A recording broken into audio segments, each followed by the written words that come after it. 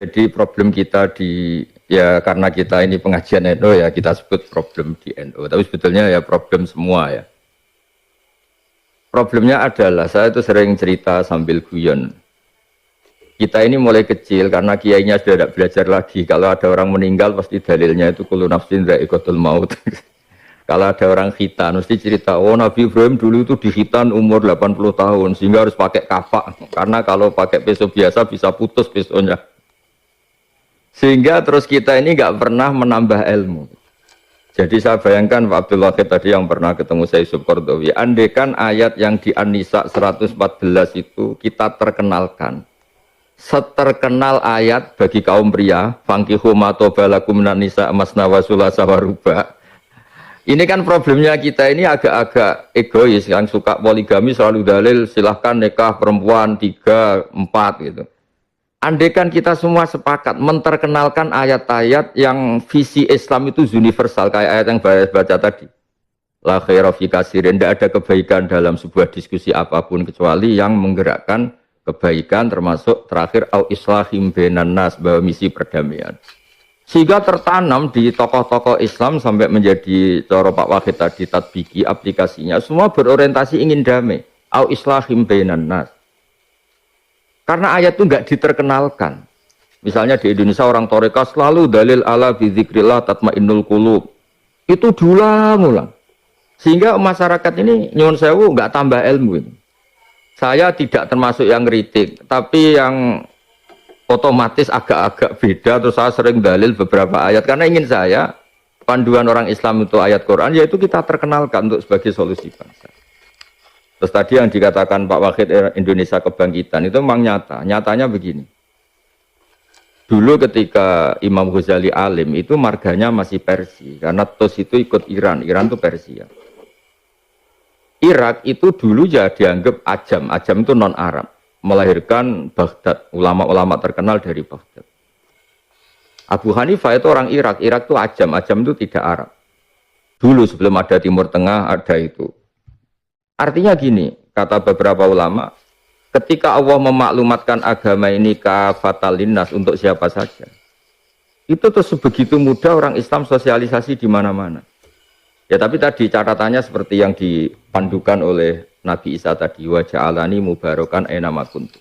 Mubarak paling mudah itu ya kita di mana-mana ya jadi problem, sehingga Islam itu selalu mengkampanyekan la darara wa la dirar. Sudah hidup di mana saja enggak masalah.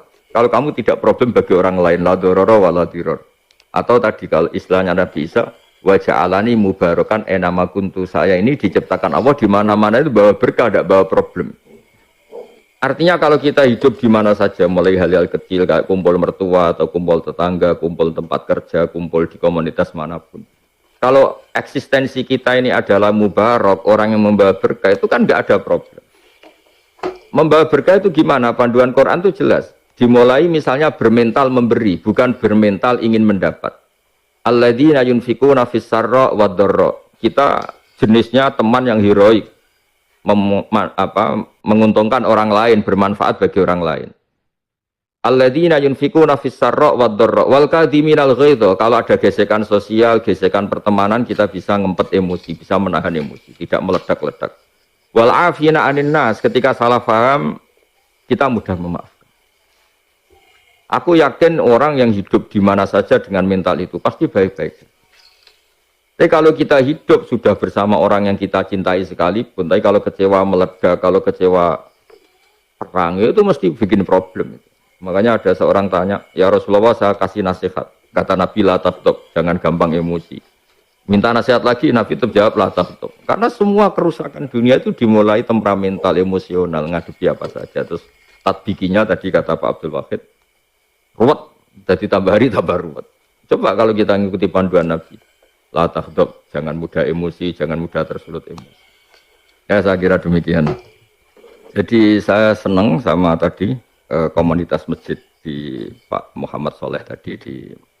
Senangnya adalah toleransi itu bukan berarti kita meluluhkan atau mengabaikan hukum internal Islam. Karena itu jadi khas kita. Justru kita menunjukkan khas kita dari awal itu menunjukkan ini adalah batas. Ya kata Allah itu yang lewat Rasulullah itu disebut wahadda hududan fala ta'tadu. Justru khasnya Islam itu adalah bikin batas atau kita berkarakter. Misalnya gini, bukan berarti kalau kita toleransi sama non-muslim, terus teman-teman kita sebangsa non-muslim ngajak main voli misalnya, mereka membuka aurat, terus kita membuka aurat pakai celana pendek misalnya. Enggak juga. Dan berkahnya kita konsisten, lama-lama orang juga ngerti faedahnya kita berpakaian rapi daripada yang tidak berpakaian rapi. Mungkin kita tidak jadi objek pelecehan seksual dan sebagainya. Itu contoh di komunitas. Sama seperti kita karena menjaga khas Indonesia, mungkin kita tetap makan pecel, makan nasi. Meskipun kita nerima tamu dari Eropa, tapi jangan berarti toleransi atau menjaga kemasmukan kita maksakan makan pizza, terus kemudian kita mungkin mencret atau apa. Tetap kita jaga khas masing-masing. Nah, menyangkut hukum fikih, menurut saya itu benar yang dilakukan komunitas masjidnya Pak Soleh tadi. Begini, yang boleh memang kalau itu pun masih diperdebatkan, boleh nggak orang Islam lelaki menikahi perempuan ahli kitab? Yang bilang boleh itu syaratnya juga banyak, ahli kitab yang begini-begini. Kemudian kalau sebaliknya memang nggak ada pendapat yang membolehkan, yang sebaliknya perempuannya muslimah, lelakinya non. Tapi begini Pak Soleh, kalau yang jenengan ceritakan itu benar-benar jadi keputusan masjid, itu saya apresiasi, itu bagus sekali. Dan memang secara hukum fikih kalau dia sudah bersyahadat saat mau nikah, ya memang statusnya itu muslim. Nah, soal kekhawatiran tadi, saya setuju. Pokoknya kita harus baku bahwa muslimah ini harus nikah sama orang Islam. Dan kalau dinikahi orang kafir ya harus bersyahadat. Karena begini, di mana-mana toleransi itu karena ngakui eksistensi masing-masing. Justru nanti menjadi tidak toleransi ketika nggak ada pengakuan pada eksistensi masing-masing. Karena di mana-mana toleransi itu ya ngakui eksistensi. Kita menghormati orang lain ya karena dia tidak ngambil istri kita, tidak ngambil harta kita. Artinya nggak mengambil hak yang milik kita. Sama orang lain juga harus menghormati cara kita pandang dalam hukum apa? Nikah.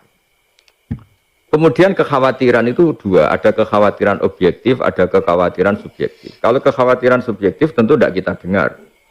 Tapi kalau kekhawatiran objektif, misalnya kita punya keluarga yang di komunitas non-muslim, kemudian kulturnya itu semuanya mengarah ke syirik.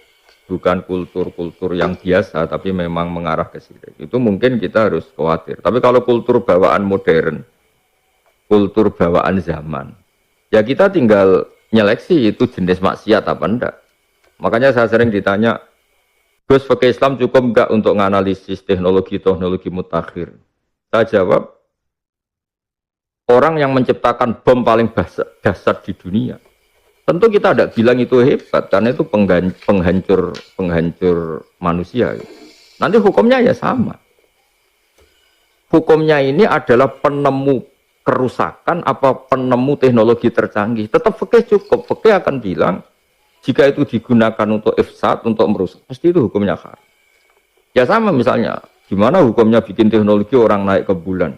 Itu teknologi mutakhir. Tapi kalau pertanyaannya dibalik, kita sebagai bangsa bisa mengirimkan astronot ke bulan, tapi bersamaan dengan itu separuh rakyat kita kelaparan karena anggarannya dipakai ke bulan.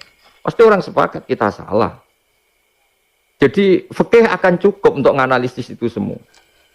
Dan saya berharap perasaan orang di seluruh dunia itu berperasaan fikih, sehingga teknologi mutakhir yang membahayakan manusia itu enggak diapresiasi sebagai teknologi yang hebat, tapi itu kesalahan manusia, sehingga kita aman dari teknologi-teknologi penghancur gitu.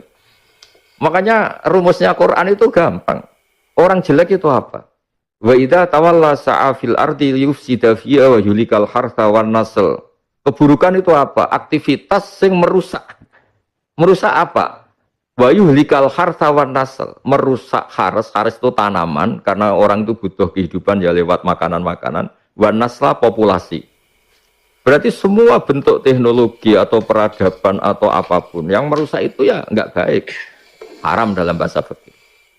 Sehingga kebutuhan kita itu pada fikih itu mendesak keputusan ini halal apa haram, karena peradaban yang induk hukum itu, teknologi kita hukumi baik apa enggak, kita apresiasi apa enggak, yang merujuk itu. Makanya kalau kita nekuni fikih bilang Islam itu apa? Islam adalah ma'rifatul halal wa haram. Islam itu dimulai dari ngerti halal.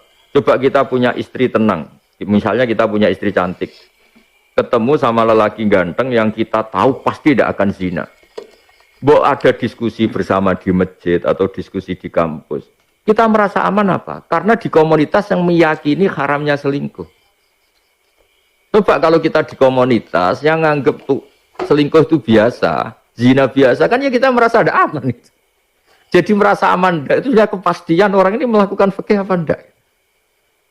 Ya kira-kira gitulah. Termasuk di fikih adalah kita baku menyelamatkan muslimah supaya tidak taftaya dikafirin. Tapi bukan dalam rangka curiga pada agama lain, bukan. Di mana-mana itu mesti ada aturan, yang berkahnya aturan itu justru menciptakan dunia yang baik-baik saja. Kalau tanpa aturan malah menjadi kacau, karena tadi kita sampai menjaga kemasmukan justru karena semuanya jaga keekhasan masing-masing. Ya saya kira gitu Pak Soleh. Jadi ini saya pikir cukup karena yang jenengan lakukan itu sudah benar.